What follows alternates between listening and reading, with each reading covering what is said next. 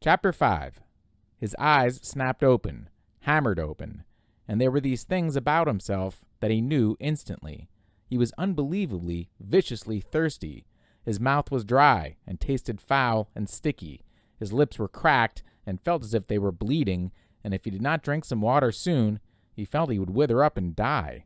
Lots of water, all the water he could find. He knew the thirst and felt the burn on his face.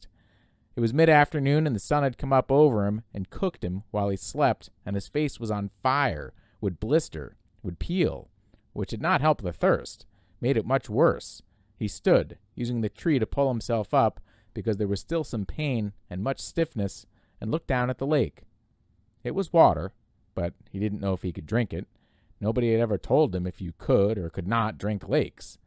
There was also the thought of the pilot, down in the blue with the plane, strapped in, the body. Awful, he thought. But the lake was blue and wet-looking, and his mouth and throat raged with the thirst, and he did not know where there might be another form of water that he could drink.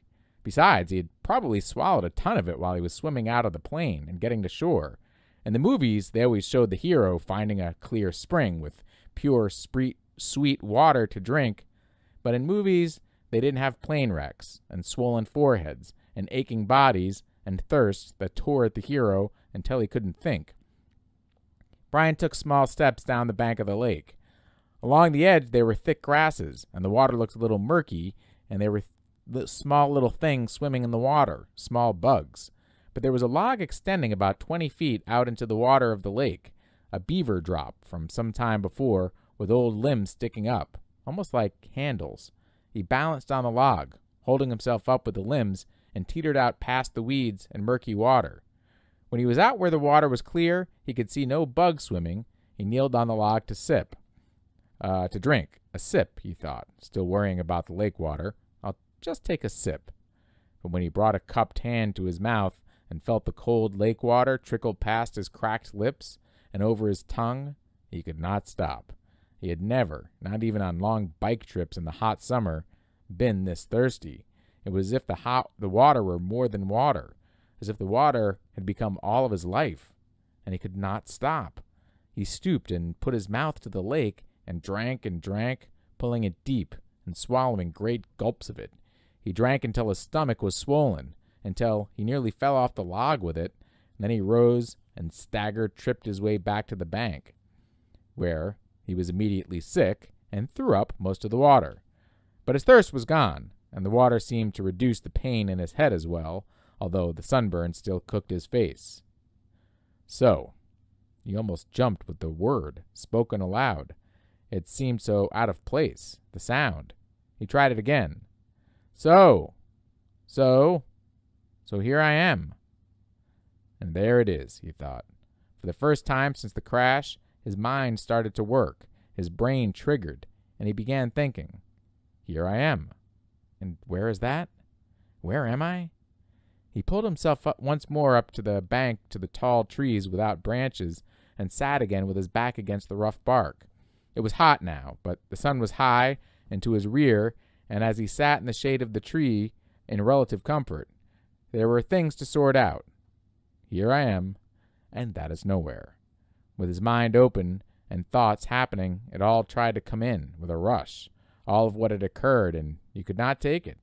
The whole thing turned into a confused jumble that made no sense, so he fought it down and tried to take one thing at a time.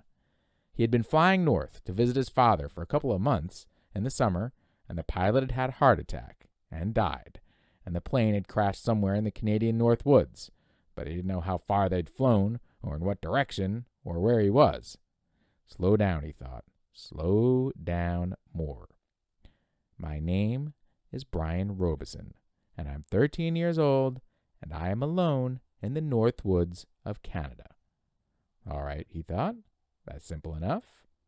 I was flying to visit my father, and the plane crashed and sank in the lake. There, keep it that way. Short thoughts. I do not know where I am.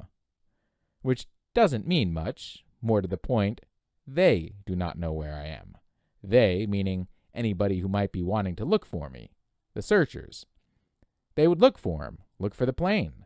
His father and mother would be frantic. They would tear the world apart to find him. Brian had seen searches on the news, seen movies about lost planes. When a plane went down, they mounted an extensive search and almost always found the plane within a day or two. Pilots all filed flight plans, a detailed plan for where and when they were going to fly, with all the courses explained. They would come. They would look for him. The searchers would get government planes and cover both sides of the flight plan filed by the pilot and search until they found him. Maybe even today. They might come today. This was the second day after the crash. No, Brian frowned. What was it, the first day or the second day? They'd gone down in the afternoon, and he'd spent the whole night out cold, so this was the first real day. But they could still come today. They would have started the search immediately when Brian's plane didn't arrive. Yeah, they'd probably come today. Probably come in here with amphibious planes, small bush planes with floats that could land right here on the lake and pick him up and take him home. Which home? The father home or the mother home? He stopped the thinking. It didn't matter, either on his dad or back to his mother. Either way, he would probably be home by late night or early morning, home where he could sit down and eat a large, cheesy, juicy burger with tomatoes and double fries and ketchup with a thick chocolate shake. And there came the hunger. Brian rubbed his stomach. The hunger had been there, but something else, fear, pain, had held it down. Now, with the thought of the burger, the emptiness roared at him. He could not believe the hunger, had never felt it this way. The lake water had filled his stomach, but left it hungry. And now it demanded food, screamed for food. And there was, he thought, absolutely nothing to eat. Nothing. What did they do in the movies when they got stranded like this? Oh, yes, the hero usually found some kind of plant that he knew was good to eat, and that took care of it. Just ate the plant until he was full, or used some kind of cute trap to catch an animal and cook it over a slick little fire, and pretty soon he had a full 8-course meal. The trouble, Brian thought, looking around, was that all he could see was grass and brush. There was nothing obvious to eat, aside from about 1 million birds and the beaver he hadn't seen animals to trap and cook, and even if he got one somehow, he didn't have any matches, so he couldn't have a fire. Nothing. It kept coming back to that. He had nothing. Well, almost nothing. As a matter of fact, he thought, I don't know what I've got or haven't got. Maybe I should try and figure out just how I stand. It will give me something to do, keep me from thinking of food, until they come to find me.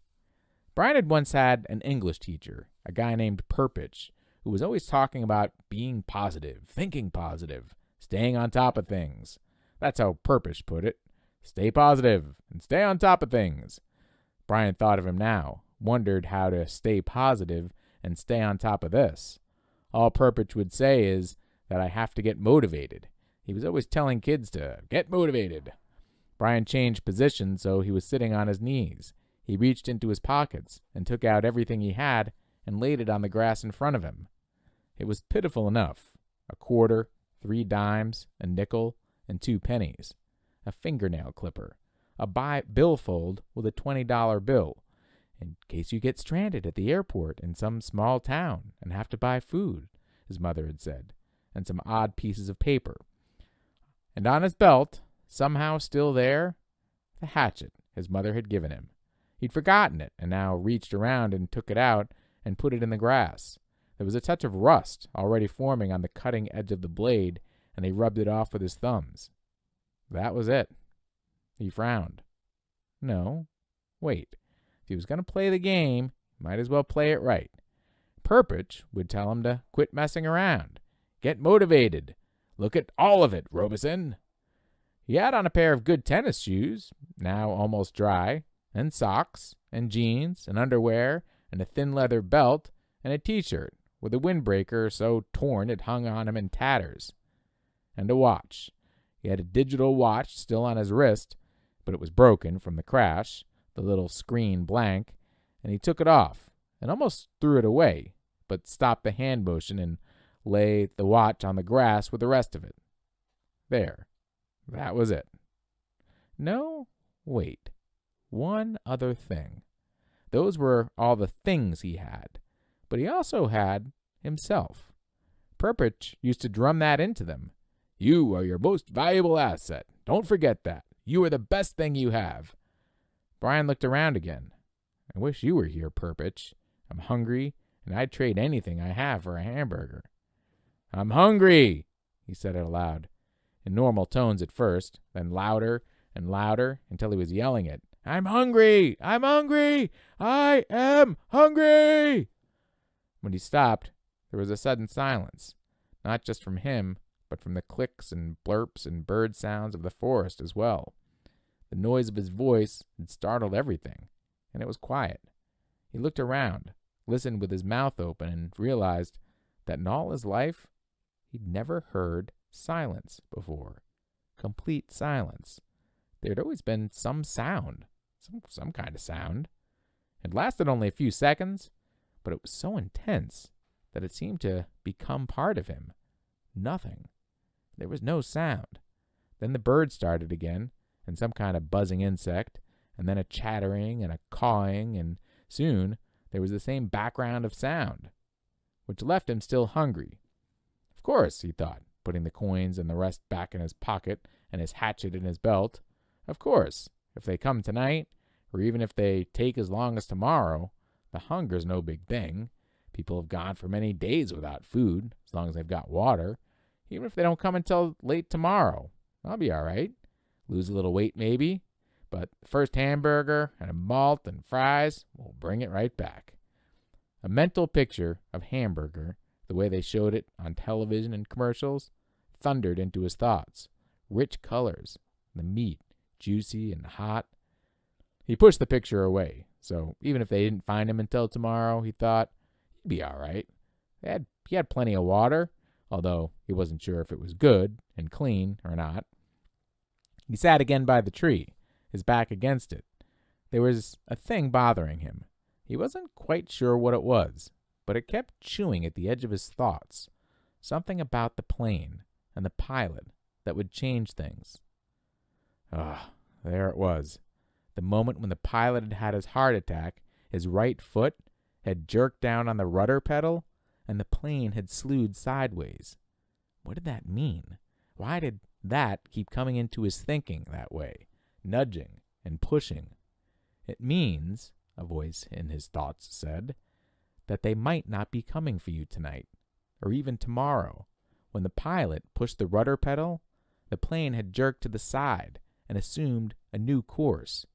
Brian could not remember how much it had pulled around, but it wouldn't have to be much, because after that, with the pilot dead, Brian had flown for hour after hour on the new course. Well away from the flight plan the pilot had flied. Many hours, at maybe 160 miles an hour.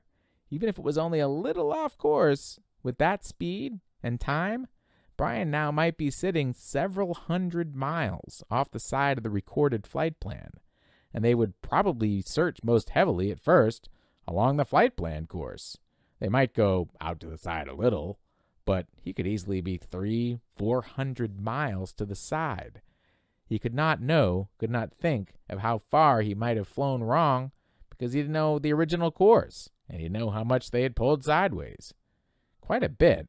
That's how he remembered it. Quite a jerk to the side. It pulled his head over sharply when the plane had swung around. They might not find him for 2 or 3 days. He felt his heartbeat increase as the fear started. The thought was there, but he fought it down for a time, pushed it away, then it exploded out. They might not find him for a long time. The next thought was there as well, that they might never find him. But that was panic, and he fought it down and tried to stay positive. They searched hard when a plane went down. They used many men and planes, and they would go to the side. They would know he was off from the flight path. He had talked to the man on the radio. They would somehow know. It would be all right. They would soon find him. Maybe not tomorrow, but soon. Soon. Soon. They would find him soon. Gradually, like sloshing oil, his thoughts settled back, and the panic was gone. Say they didn't come for 2 days. Say they didn't come for 3 days. Even push it to 4 days. He could live with that. He would have to live with that. He didn't want to think of them taking longer, but say 4 days. He had to do something. He couldn't just sit at the bottom of this tree and stare down at the lake for 4 days and nights. He was in deep woods and didn't have any matches, couldn't make a fire. There were large things in the woods. There were wolves, he thought, and bears, other things. In the dark, he would be in the open here, just sitting at the bottom of a tree. He looked around suddenly, felt the hair on the back of his neck go up. Things might be looking at him right now, waiting for him, waiting for dark so they could move in and take him. He fingered the hatchet at his belt. It was the only weapon he had, but it was something. He had to have some kind of shelter. No, make that more. He had to have some kind of shelter, and he had to have something to eat. He pulled himself to his feet and jerked back the back of his shirt down before the mosquitoes could get at it. He had to do something to help himself. I have to get motivated, he thought, remembering Perpich. Right now, I'm all I've got.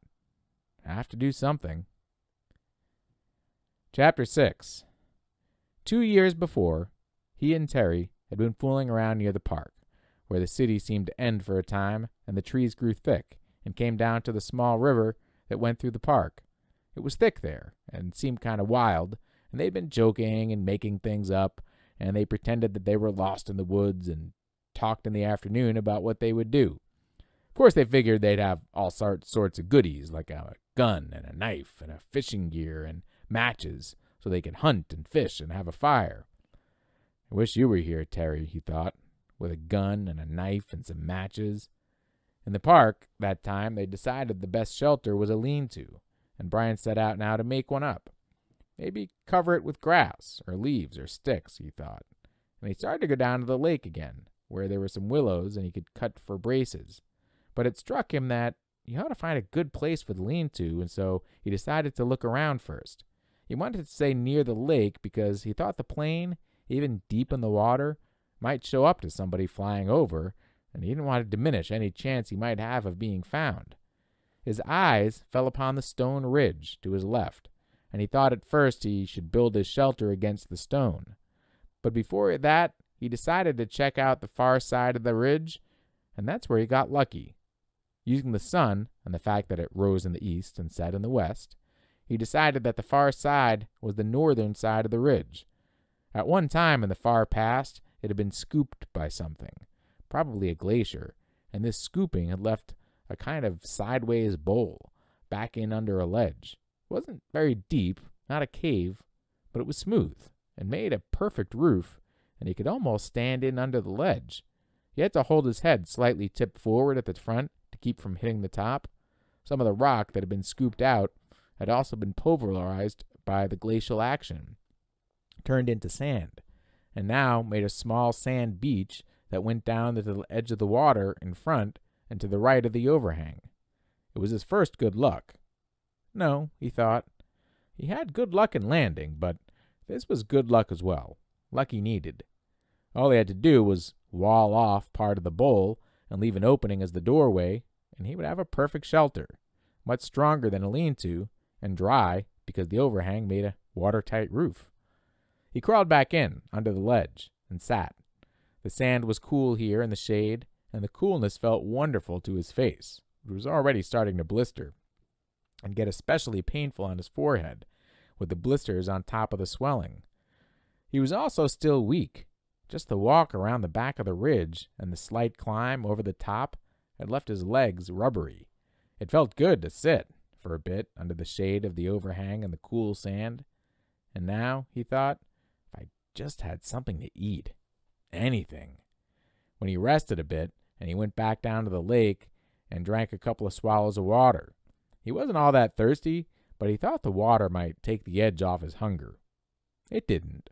Somehow the cold lake water actually made it worse, sharpened it.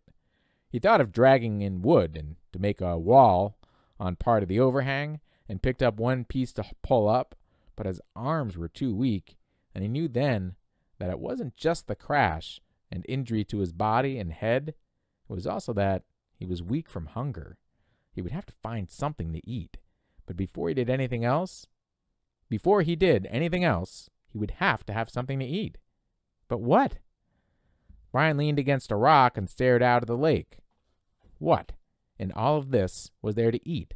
He was so used to having food just be there, just always being there. When he was hungry, he went to the icebox or to the store or sat down to a meal that his mother cooked. Oh, he thought, remembering a meal now.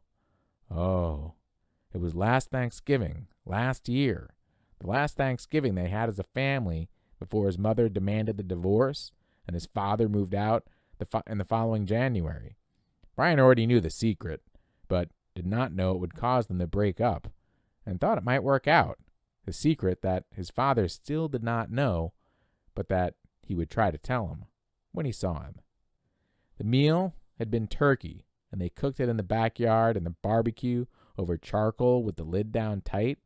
His father had put hickory chips on the charcoal, and the smell of the cooking turkey and the hickory smoke had filled the yard.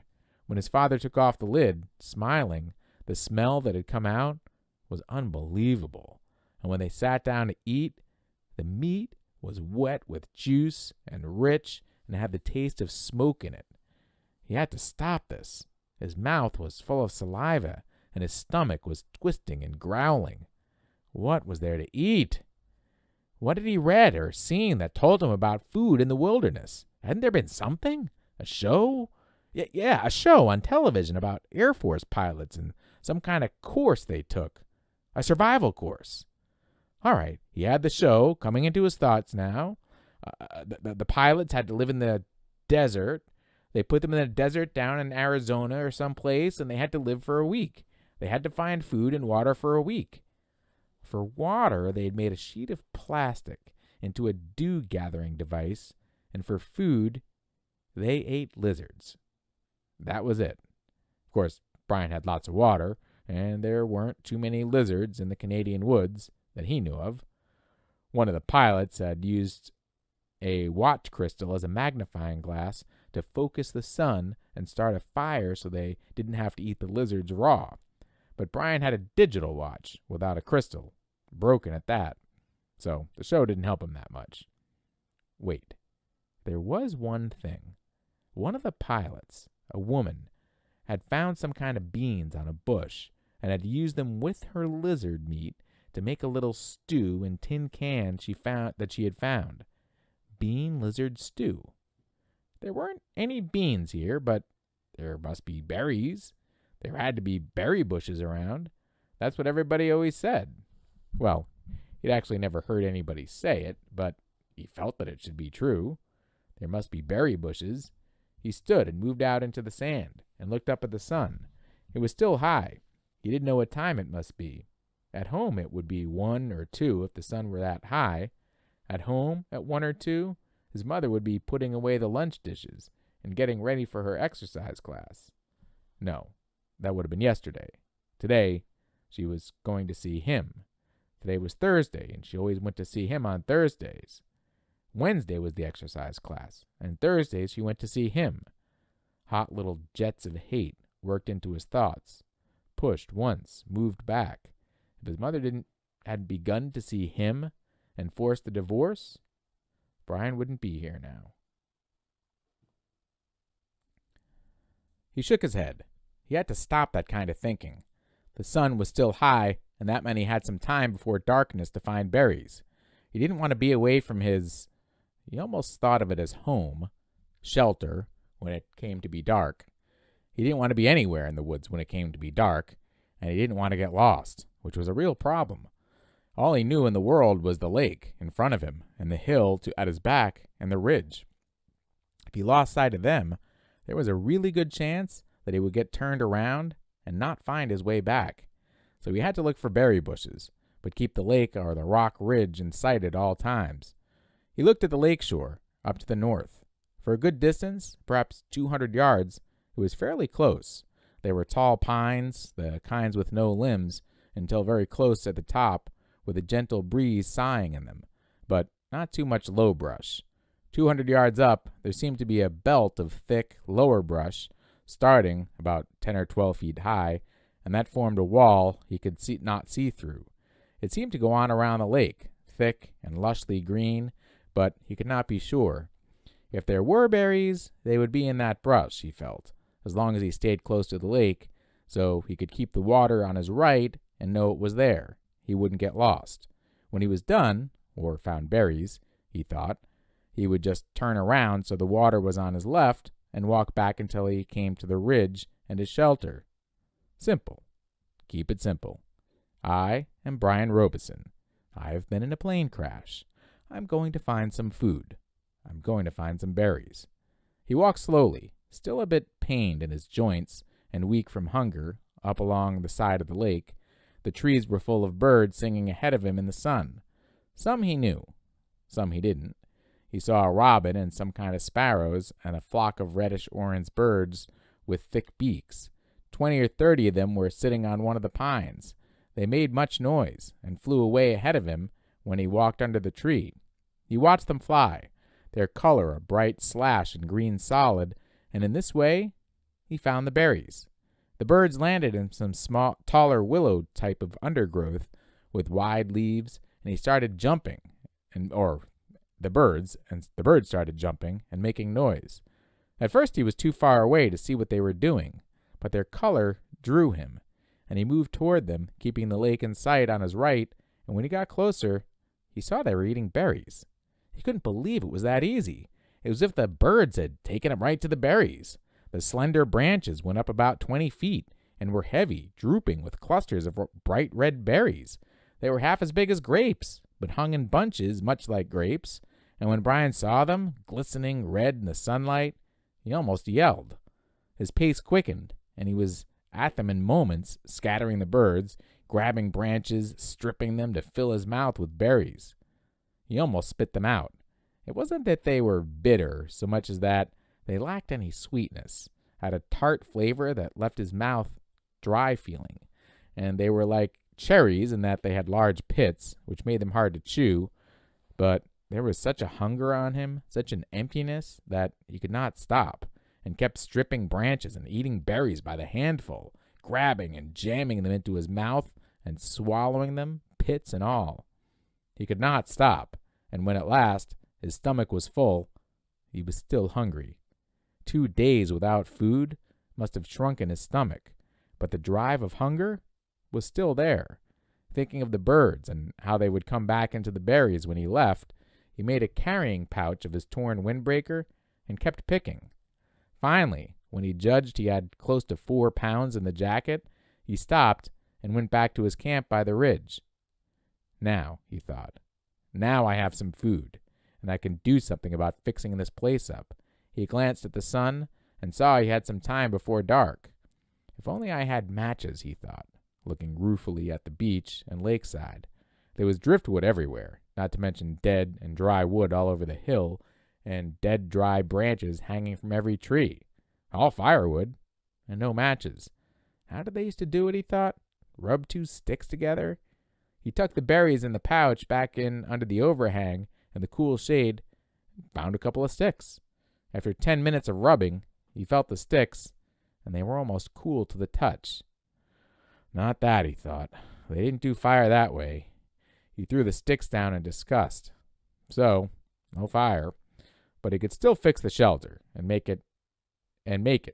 Here, the word safer came to his mind, and he didn't know why. More livable. Kind of close it in, he thought. I'll close it in a bit. He started dragging sticks up from the lake and pulling long dead branches down from the hill, never getting out of sight of the water and the ridge. With these he interlaced and wove a wall across the opening of the front of the rock. It took over 2 hours, and he had to stop several times because he still felt a bit weak, and once he felt a strange new twinge in his stomach, a tightening, rolling. Too many berries, he thought. I ate too many of them. But it was gone soon, and he kept working until the entire front of the overhang was covered safe for a small opening at the right end, nearest the lake. The doorway was about 3 feet, and when he went in, he found himself in a room almost 15 feet long and 8 to 10 feet deep, with the rock wall sloping down at the rear. "Good," he said, nodding. "Good." Outside, the sun was going down, finally, and in the initial coolness, the mosquitoes had come out again and clouded in on him. They were thick, terrible, if not quite as bad as in the morning, and he kept brushing them off his arms until he couldn't stand it, and then dumped the berries and put the torn windbreaker on. At least the sleeves covered his arms. Wrapped in the jacket, with darkness coming down fast, he crawled back in under the rock and huddled and tried to sleep. He was deeply tired and still aching some, but sleep was slow coming, and he did not finally settle in until the evening cool turned to night cool and the mosquitoes slowed. Then, at last, with his stomach turning on the berries, Brian went to sleep.